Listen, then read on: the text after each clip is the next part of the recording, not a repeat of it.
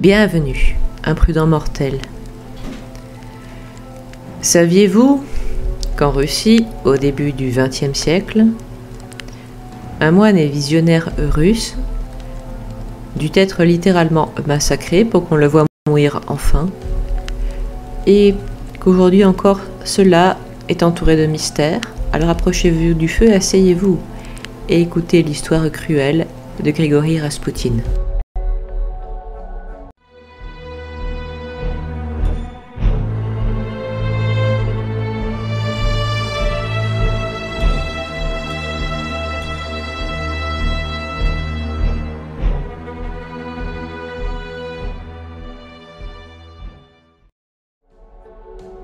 Grigory Raspoutine est célèbre pour avoir donné son nom à une chanson du groupe Boney sortie en 1978. Dedans, il est décrit comme étant l'amant de la tsarine de Russie. Mais il n'a jamais été cela. En revanche, pour d'autres femmes, c'est une autre affaire. Mais qui était-il? Originaire de Sibérie et à l'origine très pauvre, c'était un moine et un mystique doué de dons de double vue. Il donnait des prédictions parfois exactes et avait des dons de guérison. Arrivé à Saint-Pétersbourg, il fit parler de lui pour ses dons. Or, il se trouvait qu'à la même époque, l'unique fils du tsar, le petit Alexis, normalement héritier du trône, car la Russie comme la France excluait les femmes du trône et donc les 4 sœurs aînées d'Alexis, était hélas en mauvaise santé, ce qui compromettait ses chances d'accéder au trône. En effet, l'enfant souffrait d'hémophilie, qui ne touche que les hommes, et qui est une maladie génétique. À l'époque, on ne savait pas du tout la soigner. Chaque fois que cet enfant se blessait, il perdait donc beaucoup de sang. Pour le soulager, on lui donnait entre autres de l'aspirine. Mais ce qu'on ne savait pas en ce temps-là, c'est que ce médicament fluidifie le sang, ce qui empirait la situation. Comme rien ne semblait pouvoir soigner le jeune Alexis, le starets, comme on l'appelait, a finalement été présenté à la famille impériale le 1er novembre 1905. Conduit au chevet du jeune prince, il avait un énorme hématome au genou. Raspoutine aurait jeté tous ses médicaments dans la cheminée, affirmant qu'il n'en avait pas besoin. Et ce faisant, il a en quelque sorte sauvé l'enfant, puisqu'il avait de l'aspirine dans l'eau. Puis il a imposé les mains à Alexis et réussi à atténuer ses pertes de sang. Pour cette raison, Raspoutine continuera à soigner le jeune garçon pendant quelques années, et se rendra indispensable à la famille impériale et la tsarine Alexandra, le décrivant même comme leur cher ami. Elle lui demandait souvent conseil et cela valut des jalousies.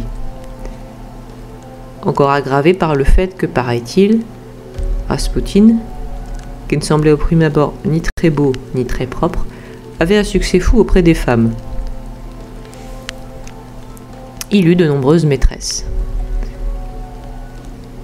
Toujours aussi doué pour les prédictions, Raspoutine, à ce qu'il paraît, avait un jour fait cette prophétie au tsar Nicolas. « Je sais que je mourrai assassiné. » Donc déjà, s'il le savait, eh ben, grand bien lui fasse, et dit « Je le sais. La seule chose que j'ignore, c'est si je serai tué par un homme du peuple ou par un membre de la famille impériale. Si mon assassin est un homme du peuple, dit-il au tsar, soyez rassurés. Dans ce cas, votre famille continuera de régner pendant des siècles sur la Russie. Mais, si mon meurtrier est un membre de votre famille, il en sera tout autrement. Vous mourrez prématurément, et ce sera la fin des Romanov et de la monarchie en Russie. Quelle différence cela faisait-il et comment est-ce qu'il le savait? Ça, lui seul était au courant. Mais laissez-moi vous raconter comment effectivement maintenant il fut assassiné. La Grande Guerre eut lieu, donc en à peu près une dizaine d'années après que Raspoutine ait commencé à conseiller la famille impériale. Et il eut un complot pour se débarrasser de lui. Un complot mené par le prince Félix Yusupov, neveu par alliance du tsar. Parmi les conjurés, on trouvait aussi Dimitri Pavlovitch, un cousin de Nicolas II et amant du prince, un député, Vladimir Pouritchevix, l'officier Soukotine, le docteur Stanislas Azovert et l'agent secret britannique Oswald Reiner. Le soir du 16 décembre 1916, Grigori Raspoutine fut invité du prince Yusupov. Ce dernier lui servit du vin et des gâteaux copieusement arrosés de cyanure. Il pensait donc qu'il en mourrait. Problème, il n'en fut rien. Comment Raspoutine avait-il résisté au poison? Bonne question. On avance que peut-être ce cyanure était périmé. Il y a une date de péremption sur les poisons si vous ne le saviez pas. Il perd son efficacité.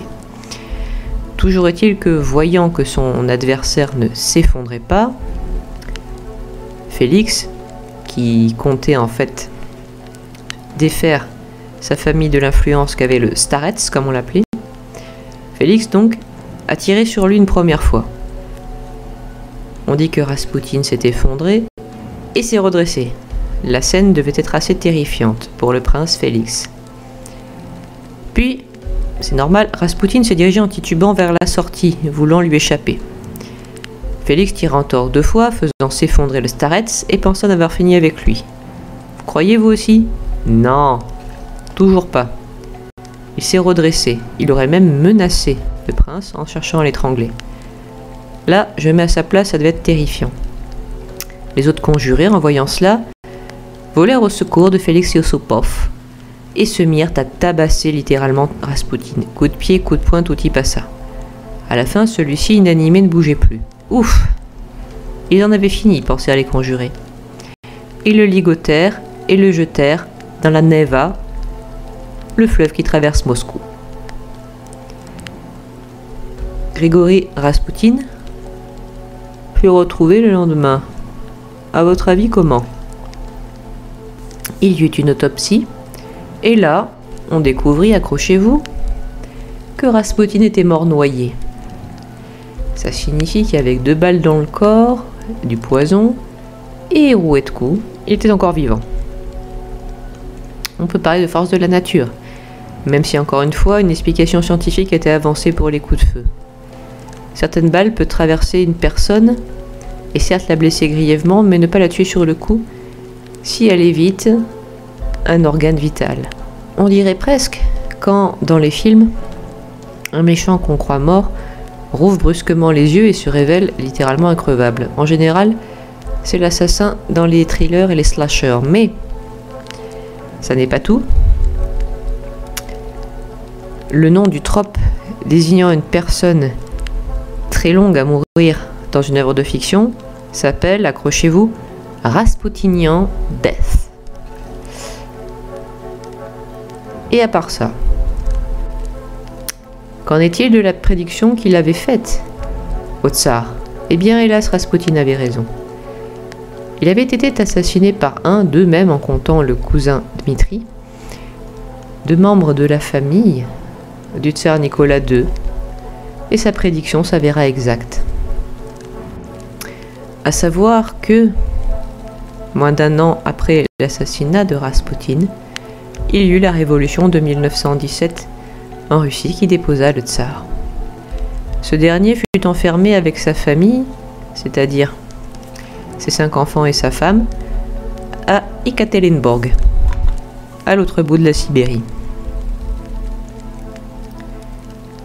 Comme c'était embarrassant de conserver une famille royale vivante dans un pays où il n'y avait plus de monarchie, le nouveau gouvernement décida de se débarrasser des Romanov. Dans la nuit du 16 au 17 juillet 1918, la famille Romanov fut massacrée par les bolcheviks. L'événement fut longtemps passé sous silence, car on avait détruit puis enterré ce qui restait des corps dans une forêt, sans faire d'annonce officielle. Mais aujourd'hui, il est établi de manière indéniable qu'ils sont tous morts cette nuit-là. Depuis, ils ont été enterrés dignement et portés au titre de saints. J'espère que cette histoire vous aura intéressé et vous donnera rendez-vous la semaine prochaine. Si vous voulez me soutenir, voyez le lien de description de Tipeee et du Ko-fi. N'oubliez pas de vous abonner, de mettre un pouce bleu, de commenter et de regarder sous votre lien d'antenne de la lumière. Au revoir, imprudent mortel.